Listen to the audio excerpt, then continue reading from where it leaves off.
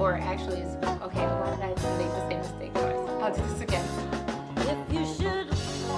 Turn my earphones up. This is my music is a very big part of my life, and it has been since I was a kid. I think it's one of the greatest gifts that we as humans have from God is the ability to create something from nothing, and that's what music is, and a mode of expression. And for me, music has been the way I express myself, really. Even whether I'm singing and creating or whether I'm listening to music that kind of makes me, like there's different modes that I'll be in. And then there's different kinds of music for each mode that I feel. And it just putting some music on to be able to vibe out in the car or around the house, like it allows me to release whatever I'm feeling, whether it's good or bad. And so music is very, very much a part of me. Well, I just think back to when I was about 6 or 7 years old. I'm not sure how old I was, but it was when the Fugees first came out with Killing Me Softly, their rendition of it, and they played it on the radio. So whenever that was hot, so that year, I just remember always singing along to that song on the radio whenever it would come on. And on the breakdown, when Lauren's like, I'm not gonna do it, but she holds that note, I would sing along with her, and I think that's, when I think back to it, I don't remember thinking in that moment, oh wow, I can sing, but I remember it feeling good, and I remember loving to do it. 3 words to describe my experience on The Voice would be, well, one would be surreal, especially in that moment where I was auditioning for the judges, and they call it the blinds, and that's when the judges they're not facing you, they're facing the audience, and if they like you, they hit the button and turn around. That was, I felt like I was in a dream. So surreal, memorable, and momentous.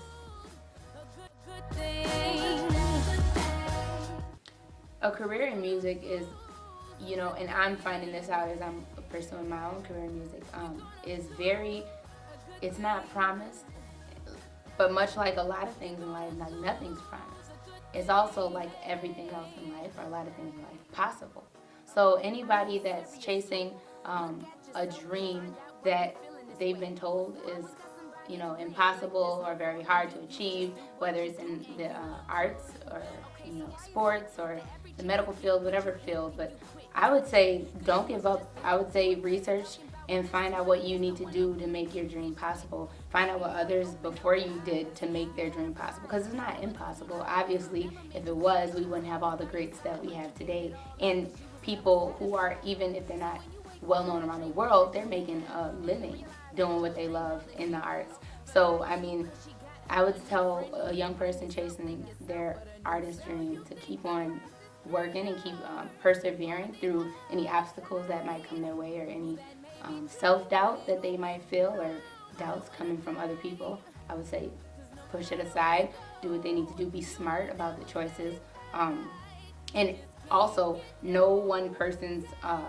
way to attain what they attained is the right way and the only way.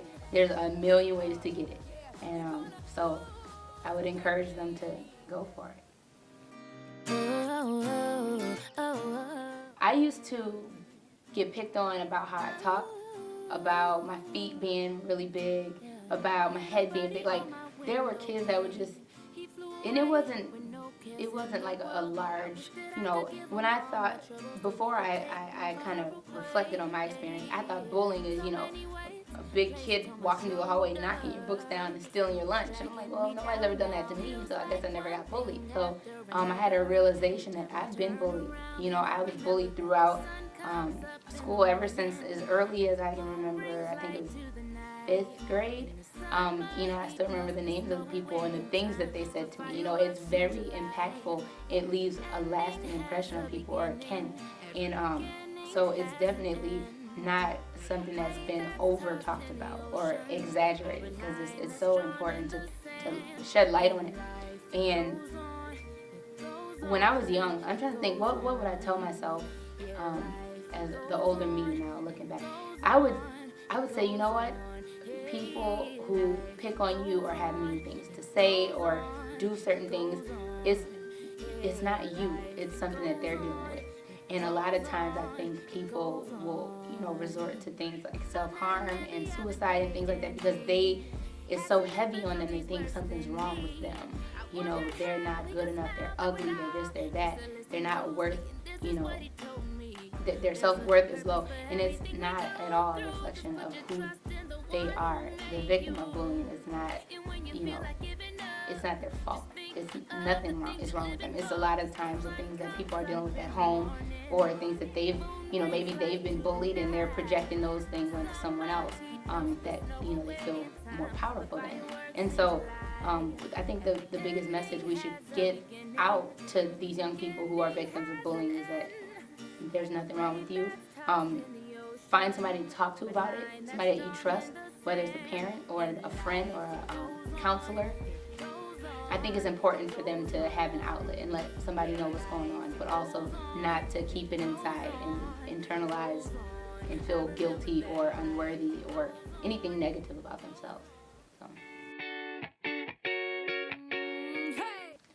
Well, on May 29th, and it's a Thursday night at 8 p.m., we will be having an event, a monthly event called Vibe Twin Cities, and it's put on by Project Footsteps. And it's a fundraising event to raise money for the organization, bring awareness to the program, and also to bring people out to have a good time while supporting the cause. I'll be performing. I'll be providing the music, 45 minutes to an hour. Sometimes if I'm in the spirit, we'll do more. But it'll be me and a live band backing me up, and we're playing a lot of original music. And we'll play some covers, so the people who aren't familiar with my music, they can still have something to rock out and relate to. So we'll do some covers. It's gonna be a good time. If you guys have not heard of me, my name is Ashley DuBose, and I have some great music online that I'd love you to check out. If you visit www.ashleydubose.com, you can, there's links to my music, there's links to my Facebook and my Twitter and everything, so get in touch with me. If that's what you like, I'd love to hear from you and meet you online and then get to meet you in person on May 29th. And enjoy the music. Forever and ever, forever and ever.